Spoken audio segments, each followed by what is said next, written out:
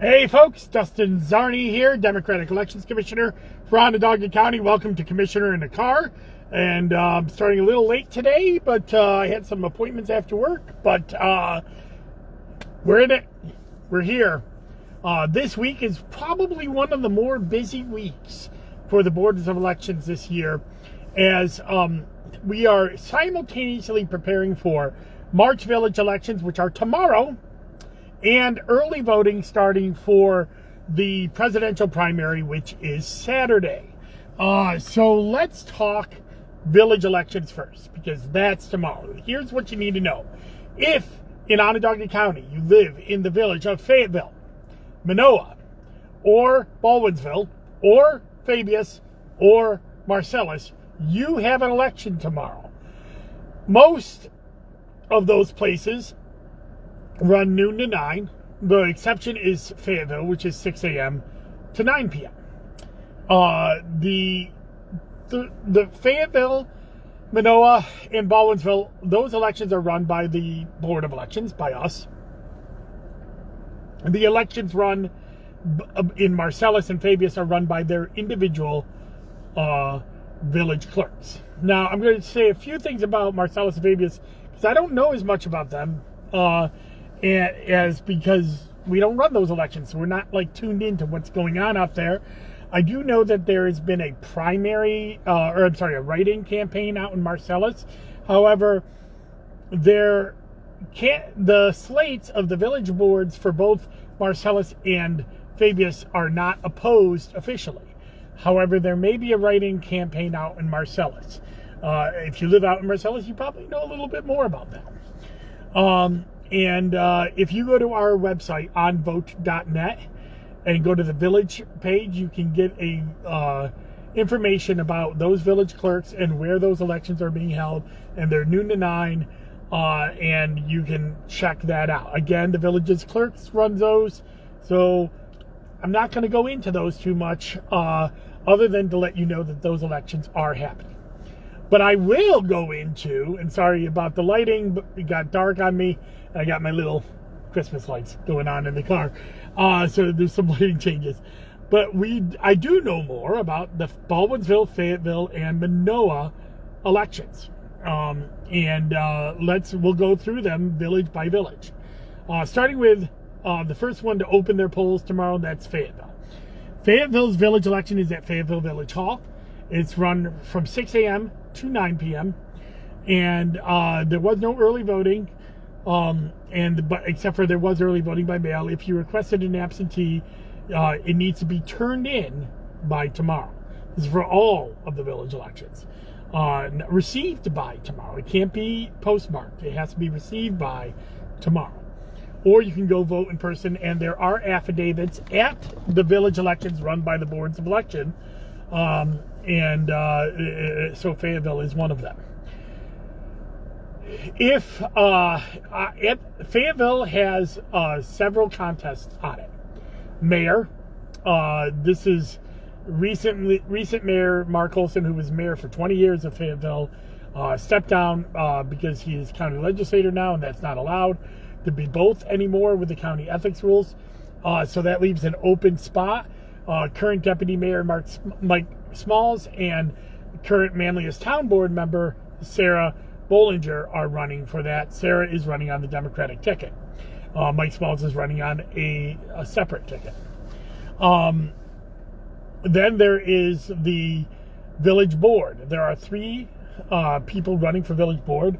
2 incumbents, Jane Rice and Dan Kozinski. They are running for re-election. And Casey Cleary Hammerstead, who's on the Democratic line, is challenging them. It's a vote for 2, so you can vote for 2 of people, and the people with the top 2 votes at the end of tomorrow night will be the next village board members. And then they also have a proposition on the back of their ballot about moving the elections from March to November. Pretty straightforward for them. Just one proposition. Should the election be moved from March to November? So that's what's going on in Fayetteville. Let's go to Baldwinsville, which starts at noon. It's a slightly more complicated election. The mayor's race is unopposed. Dick Clark, I believe, is the mayor out there, and I'm not going to get the names right on Baldwinsville, so I'm not going to try. But the mayor's race is unopposed. There are 3 trustee positions open. 3 people are running for re-election and on the village line, and 3 people are running for on the brighter Baldwinsville line to challenge them. And then there are 2 different propositions on the ballot.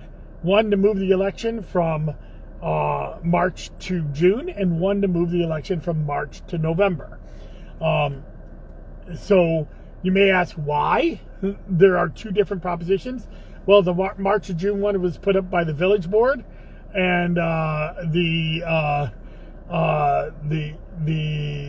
March to November one was done by petition by citizens, the same as Fayetteville.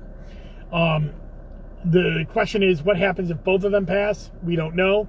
Obviously, if just one of them passes, then we do know, or if both of them fail, we know what's going to happen there.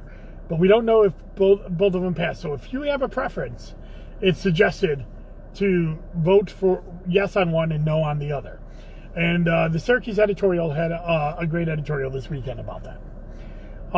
Check it out. You can look at my social media feeds, or go to Syracuse.com and look at their editorials from Sunday. And then in Manoa, there are 2 trustees and a mayor up. They are unopposed. Everybody's running for re-election. There's nobody that's opposed them. There is a proposition, but it's not about moving elections. It's a proposition about annexing and tax levy, I believe. I can't even remember what it is. There's not really much going on in Manoa in the terms of, actual known about opposition. So those are the elections. Those are 5 village elections that are happening. And go to onvote.net, go to the village page. You can find out the polling places. Sample ballots are on the sample ballot page for the ones that we run. You can check your voter registration there to see if you're registered to vote in a village, if you're not sure. Sometimes people who live on the outsides of the village, just on the outside, think that they're in the village line. You can check your registration online to make sure about that. I've done a weekly wonk on the village elections for for Fayetteville and Baldwinsville. I launched that yesterday. Check that out at DustinZarny.com. It kind of goes into, it has maps and everything about the areas of where the villages are, and also some some other things. Now, Dave, my good friend Dave, also a Board of Election employee, be fair, but a fan of Commissioner Carr before he was Board of Election employee, is asking a lot of questions in the chat. He asked about if there's going to be a hand count for Marcellus mayor. I don't know. If it is, the village clerk determines that, because the village clerk runs Marcellus. But yes, hand counts can happen in village elections, and often do when they're very close. If they're within 0.5% or 20 votes, then a hand count must be done of all the elections. But I believe in Marcellus, since they're not using our machines, they're hand counting all the votes anyways the first time around, so they're going to have to hand count it again if it's that close. And will there ever be a statewide law to move all village elections to November? That I don't know. I know that there's not one proposed yet. There have been talks about it being wrapped up with the city's constitutional amendment to move elections to even years. But we haven't even seen that yet this session. So my guess is by the end of session, we might see something along that lines this year, but I don't know. So that's village elections.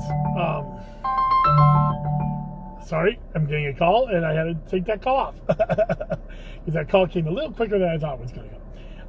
So that's village elections.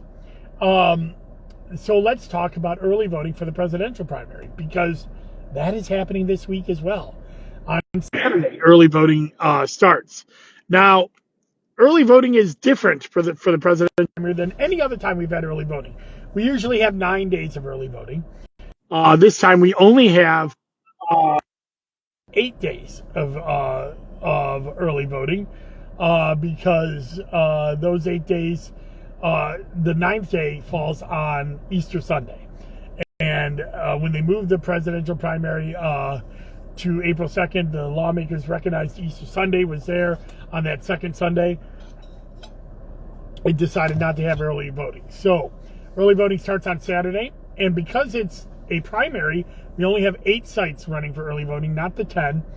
That gets us, because there's about a little over 210,000 voters eligible to run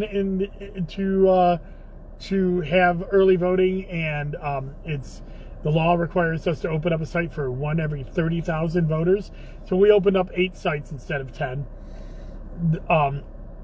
The 8 sites that are opened up for early voting are Camillus Fire Station, Clay Town Hall, DeWitt Town Hall, Armin Magnarelli Center, Beecham Library, OCC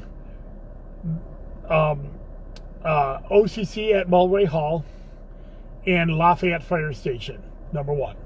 Those are the 8 spots. Hours are 9 a.m. to 6 p.m. every day except for Tuesday and Wednesday, which are 11 a.m. to 8 p.m. 11 a.m., right? Yeah, 11 a.m. to 8 p.m. No, I'm sorry, 11 a.m. to 8 p.m. On Tuesday and Wednesday. You can go to onvote.net and look at our early voting page. It has all this information on it.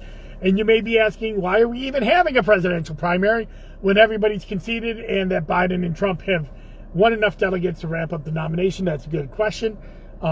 Check out the Syracuse.com article that was run by Mark Wiener today that I'm heavily quoted in, talking about why we still have to do this, how much money it's going to cost us locally, and whether there's a better way to do it.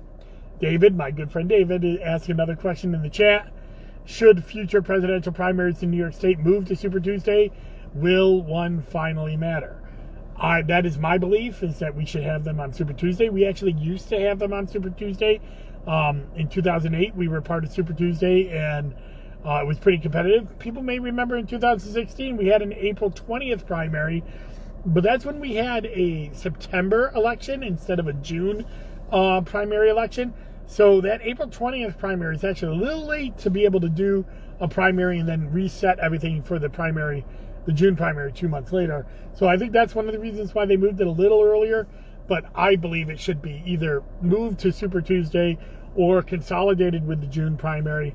If we move to Super Tuesday, we have a chance of being relevant in the primary process. If we don't move to Super Tuesday, but we combine it with June, at least then the boards of elections are saving money. And California has a late primary as well, so c'est la vie. So that's my thoughts on that. And that's really all I got for today's Commissioner in the Car. If you are in those 5 villages, go out and vote. It's important. March elections have ridiculously low turnout, and your vote will matter even more tomorrow than any other day if you're out there part of it. We'll see what happens after that election. I'll have a recap of that this weekend with my weekly wonk this weekend. I'm probably going to release those on the weekend. I tried to get them to Wednesdays, but I don't think my schedule is going to allow that. So on Friday, I have a Zoom with Zarni with Joanna Denise of the Brennan Center. It's great. We talk about the public campaign finance system. So check that out. And remember to go to DustinZarni.com to check out all of my information. You can subscribe. I pay for it myself. No ads, no outside money. It's part of my public campaign, as is this, as is my Zoom with Zarni, as is my weekly wonk. It's part of my public informational campaign. So you, the voter, can have all the information that you need to get to the polls and then some. All right. Thank you very much. Enjoy the rest of your night. Bye-bye.